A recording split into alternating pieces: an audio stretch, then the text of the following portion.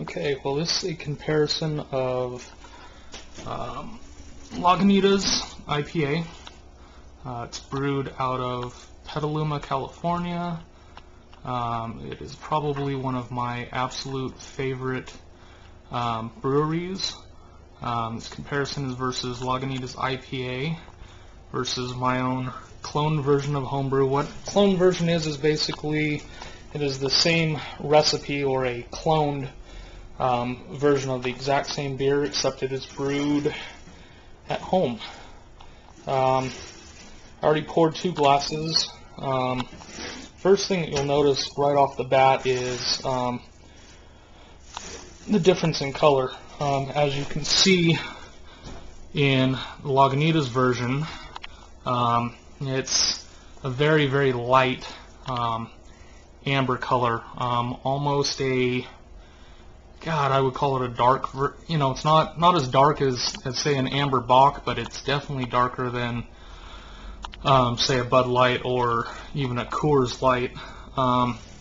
If you look at the homebrewed version, you can, I'll get back a little bit, you can notice the huge color difference, as in the homebrewed version is substantially darker, much more of a dark amber color.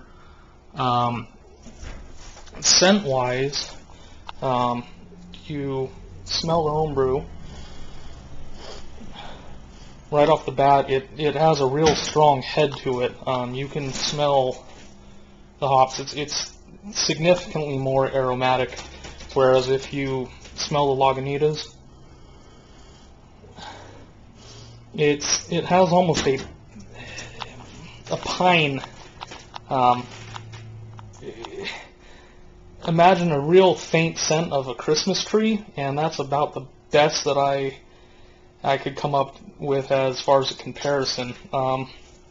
It's more of a, has like a citrusy note to it, I guess, whereas the homebrew is it's much more that you just get that hoppy note from it.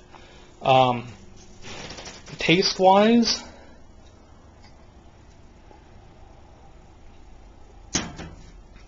again with the Lagunitas, not as bitter as I would be expecting. Then again, if you look, let's see here. Let's see if I can actually focus in on this. It's probably going to be really blurry. Anyways, the IBUs listed on the bottle are only 45.6, which is, for what I'm used to compared to drinking, is not actually very strong. IBUs, basically, to put it in layman's terms, would be basically the bitterness of the beer. The more IBUs, typically the more hoppy the beer is, the more hop content is in it. Alcohol by volume on this is about 6.2.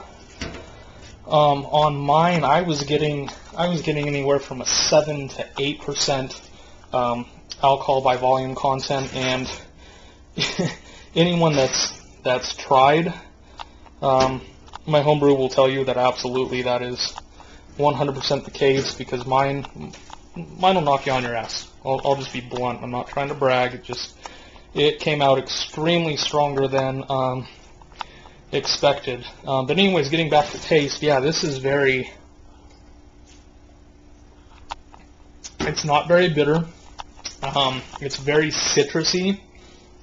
Like I said, it has almost a pine note to it.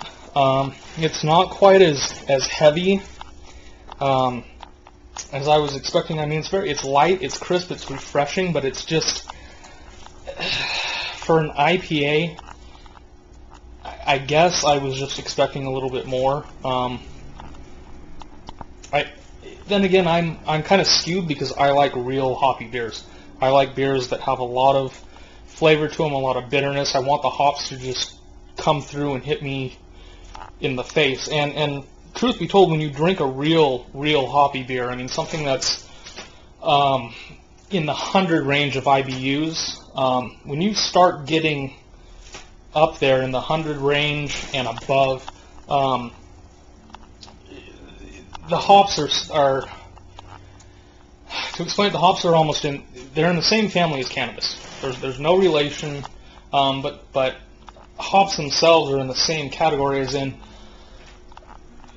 the hops themselves have a resin to them, and when you actually make what's called your wort, where you're boiling your malt and barley and you're adding hops to it, you're extracting that resin from the hops, and that's what gives you the flavor. And there's hops. There's 3 different types of hops. There's hops for bittering, there's hops for aroma, and there's hops for flavor. And when you try the homebrew, it's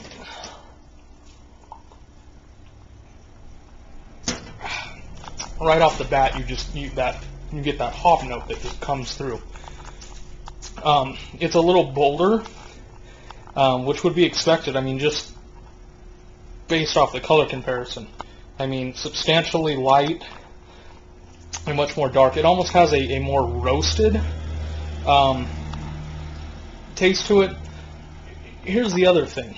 Okay, so this is a 22-ounce bottle of IPA. Now, granted, I bought it in Oregon, which I was shocked as hell that I even found this. Paid $3.79 for this bottle. Okay, and you think about that. Okay, this is a 12-ounce bottle. For all the ingredients that I needed. Granted, I had to wait some time. It takes about 7 to 10 days in the fermenter. In addition to an hour of boiling and cooking your wort, and then getting it to cool off, and all the stages that go through that, and then I had it sitting for another 2 months in the secondary fermenter, which is called carboy. And then the time that it takes to clean and rinse and sanitize the bottles, which I stayed up till 4 a.m. doing because I didn't actually have what I needed. Honestly, for my first time ever brewing beer, I have to say, and again, I'm not trying to brag, but my God, there's almost no comparison. I mean, it's like drinking 2 completely different beers. The color, the aroma, the taste, the citrusy light, there's just a lightness to this beer, whereas this one is much more bold, much more strong. You can taste, not that alcohol necessarily has a taste, but it comes through more. When you're drinking it, it's like, okay, this is a much stronger beer. The hops are there, the malt and barley have much more presence to it. It's overall, it's much more of what I'm used to drinking. I'm used to drinking very strong beers. I like that. I think that Miller and Coors and Bud are just cheap, watered down versions.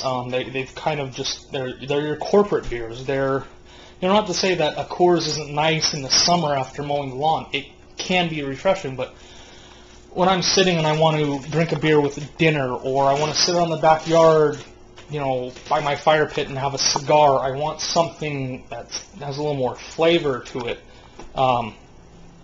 And I'm totally getting off track. Excuse me, I have ADD. That is, but getting back to price comparison. So, $3.79 for a 22 ounce of Lagunitas IPA. Okay, versus I paid about $30 for the ingredients for my homebrew. The time is the difference. Yeah, I had to wait, almost 2.5 months minus the plus bottling and that. And I was scared as hell that this wasn't going to carbonate. I mean, being your first time, you're not. It's like, what if I'm doing things wrong? What if I don't have, draw enough yeast? What if I did something wrong with the priming sugar? I don't have enough. I don't have too much. I'm finding it's a lot more airproof than you think. I mean, fermentation is going to happen regardless. Some people are used to phobes on their first brew. They don't suck enough of the residual yeast out of the, secondary carboy. I may have gone even overboard, but that's the nice thing, is that there is really no going overboard. all you're going to do is have a little bit more sediment on the bottom of the bottle, which is a natural quality of homebrew anyways.